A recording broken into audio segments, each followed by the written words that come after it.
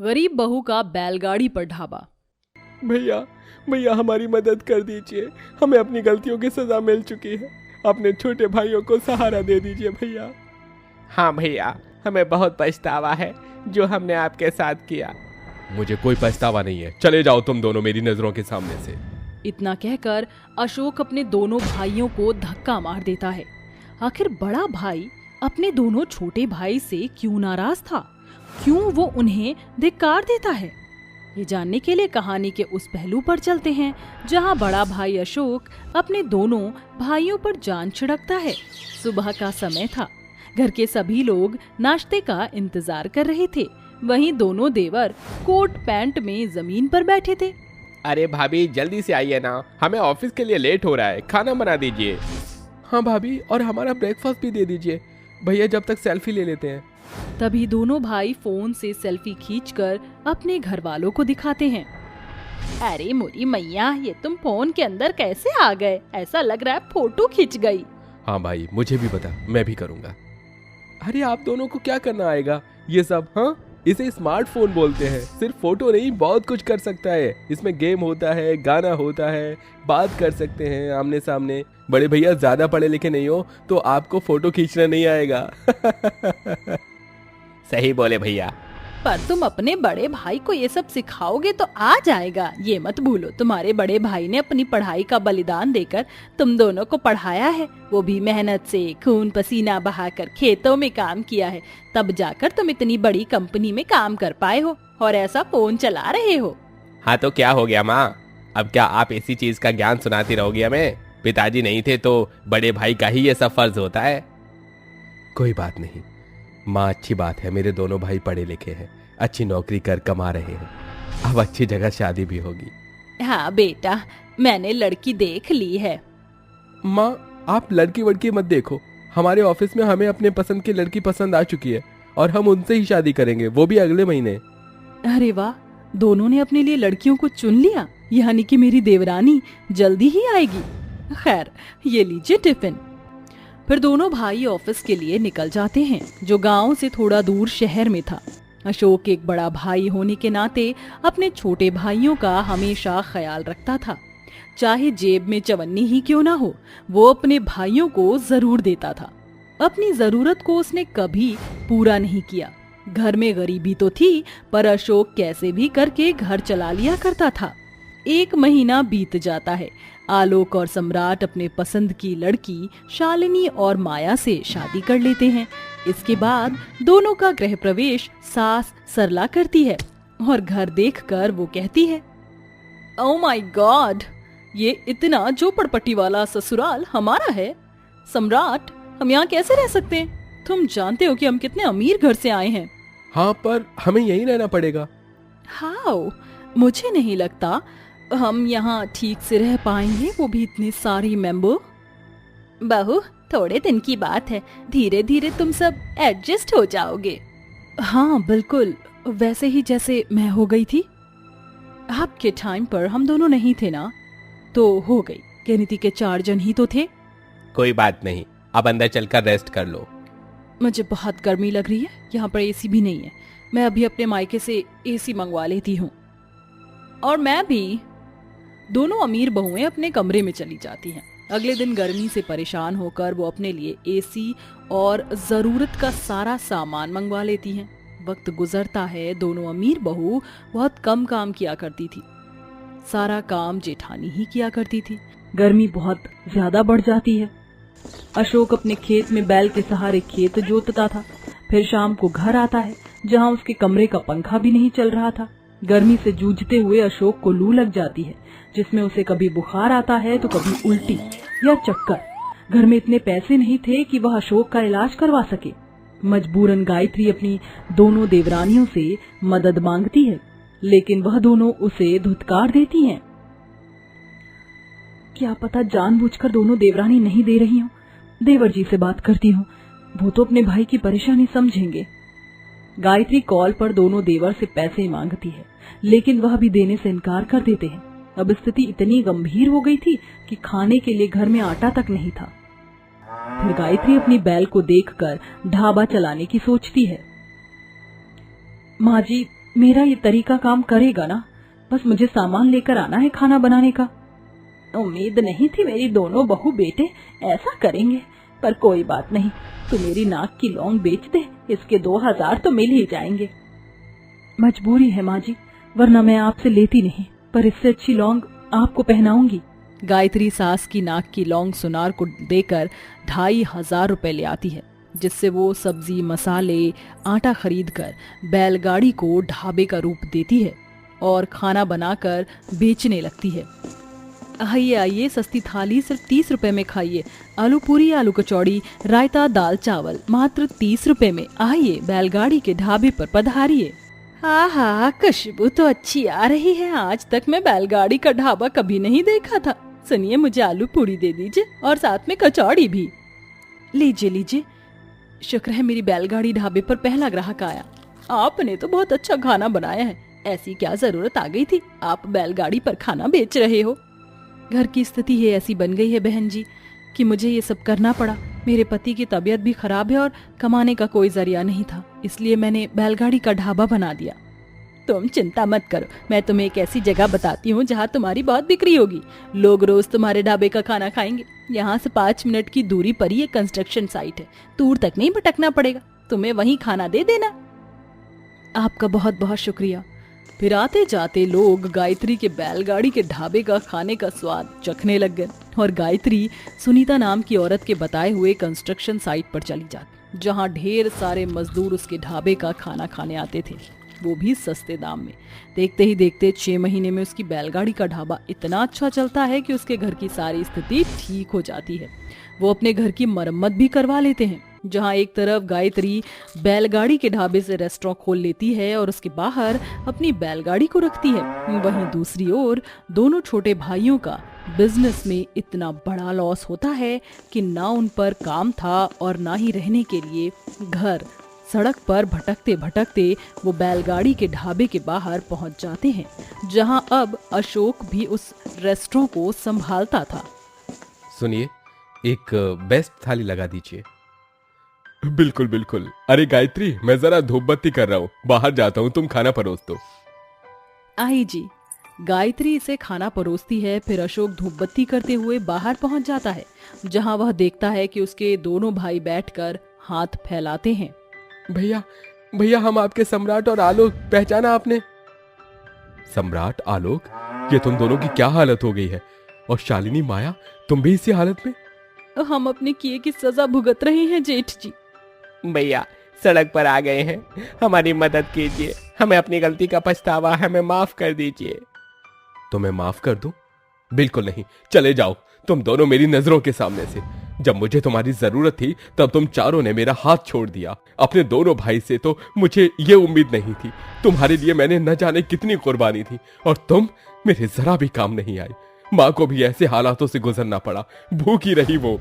हमें अपनी गलतियों का एहसास हो गया है, हमें माफ कर दीजिए। हम दर दर की ठोकरें खा रहे हैं कुछ दिनों से। ये सब गायत्री सुन लेती है। आप क्या कर रहे हैं? वो दोनों आपके छोटे भाई हैं, बड़ों का फर्ज होता है छोटों को माफ करना।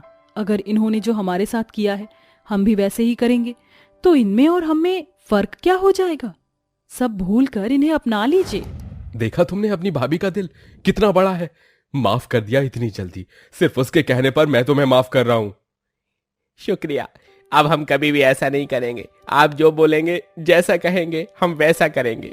ये सुनते ही अशोक उन्हें माफ करके अपने गले से लगा लेता है। इसके बाद वह चारों सुधर जाते हैं और अशोक दोनों भाइयों को पैसे देता है, जिससे वह अपना बिजनेस स्टार्ट करते हैं और खुशी खुशी एक साथ रहने लगते हैं। नैतिक, मेरे माता पिता हमारी शादी कभी नहीं करवाएंगे। आशा, तुम तो जानती हो मैं कितना गरीब हूँ। सही कहते हैं तुम्हारे माता पिता, मेरे साथ रहने के बाद तुम कभी खुश नहीं रह पाओगी। नैतिक, तुम ये कैसी बातें कर रहे हो? मैं तुमसे बहुत ज्यादा प्यार करती हूँ। तुम्हारे बिना तो मैं रह भी नहीं सकती। देखो, चाहे कुछ भी हो जाए, मेरे माता पिता माने या ना माने, मैं तुमसे शादी करके ही रहूंगी। अब तुम मुझे इतना बता दो कि तुम मुझसे प्यार करते हो या नहीं।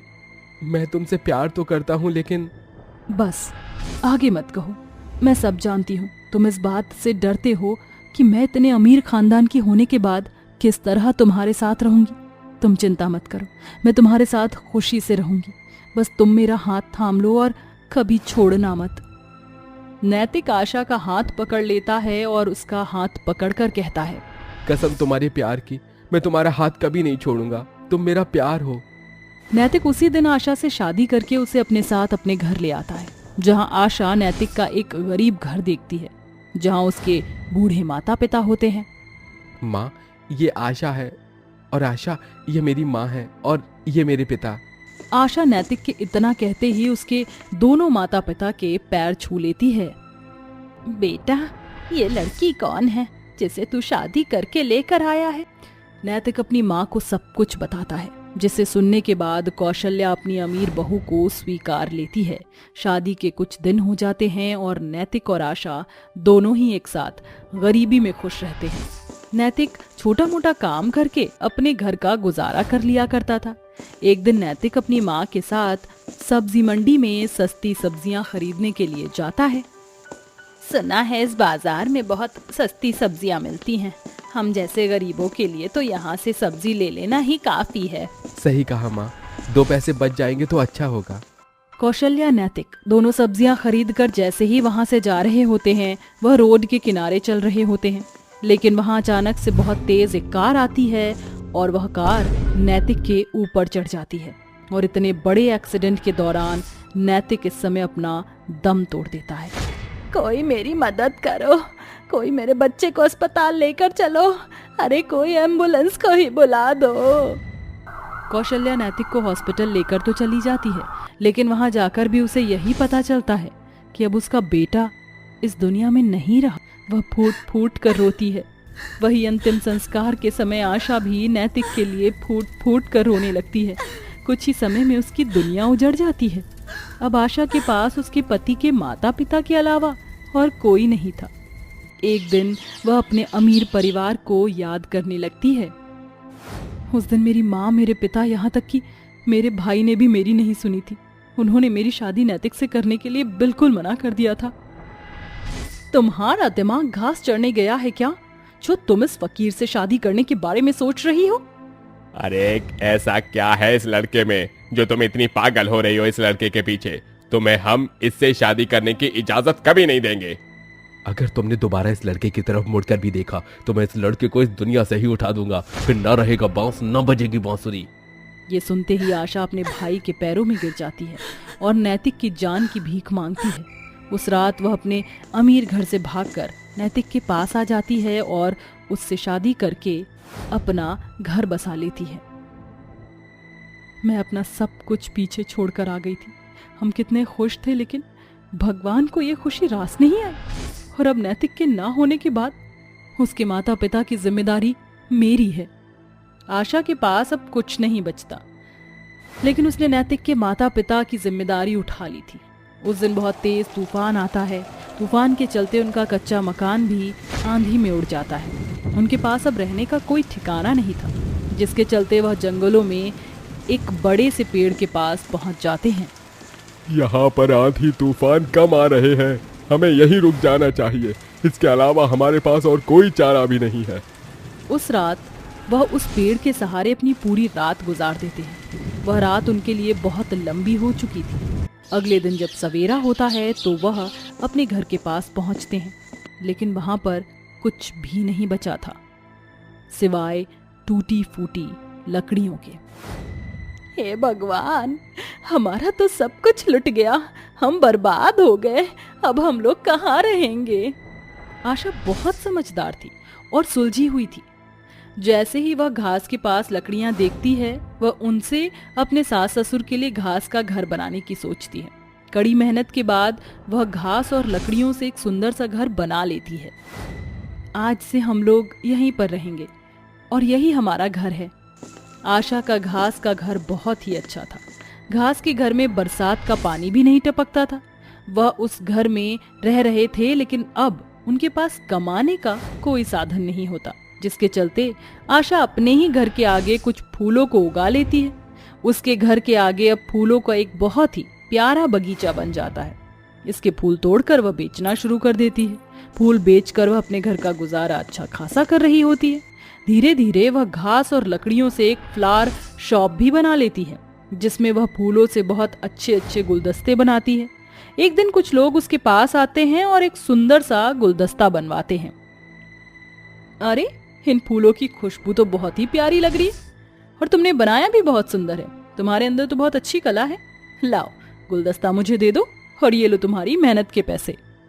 नंदिता वहां से गुलदस्ता लेकर अपनी सहेली के घर पहुंच जाती है। अरे वाह, आज के जमाने में बिल्कुल फ्रेश फूलों का गुलदस्ता कहां से लेकर आई हो? ये बहुत सुंदर है। कुछ दूरी पर एक गरीब लाचार बहू है, शायद उसका पति भी नहीं है। उसने अपनी घास की दुकान बनाई है। वो बेचारी कड़ी मेहनत से ये सब बनाती है।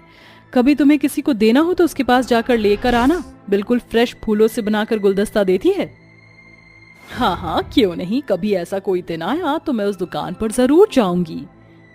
वह दिन भी बहुत जल्दी आ जाता है। जिस दिन मालती अपने परिवार के साथ कहीं जा रही होती है, उसे अचानक से याद आता है, अरे नंदिता ने बताया था कि यहीं आसपास एक फूलों वाली की दुकान है, उसके फूल बड़े ही ताजा रहते, उसी से आज ले लेती हूँ। मालती जैसे ही उस दुकान में जाती है, वहां और कोई नहीं बल्कि उसकी बेटी होती है। अपनी बेटी को देखते ही मोहन और मालती का दिल पिघल जाता है। बेटी, तेरी ये क्या हालत हो रखी है? मैंने कभी जिंदगी में नहीं सोचा था कि तुम्हारी ये हालत मुझे देखने को नसीब होगी। क्या हुआ बहन तुम्हारे साथ? बताओ, तुमने ये विधवाओं वाली साड़ी क्यों पहनी है? आशा अपने ऊपर बीती हुई सब कुछ बताती है, जिसे सुनकर मोहन और मालती को अपनी बेटी के ऊपर नाज भी होता है और दया भी आती है। हमारी बच्ची इतनी बड़ी हो गई है, हमें पता ही नहीं था। इतना कुछ तुमने ऐसे ही बर्दाश्त कर लिया, लेकिन अब तुम्हें चिंता करने की कोई जरूरत नहीं है। तुम्हारे गरीब ससुराल में तुम्हारे अमीर मायके वाले आए जरूर हैं, लेकिन अब तुम्हारी परेशानियां हमेशा के लिए खत्म हो जाएंगी। उस दिन के बाद से आशा का अमीर परिवार उसे बहुत सपोर्ट करता है और उसकी बहुत मदद भी करता है, जिसके चलते आशा अपनी सभी परेशानियों से निकल आती है और अपने सास ससुर को हमेशा अपने साथ ही रखती है। और अब वह एक इंटरनेशनल कंपनी में काम करती है और अपने सास ससुर के साथ खुशी खुशी रहने लगती है।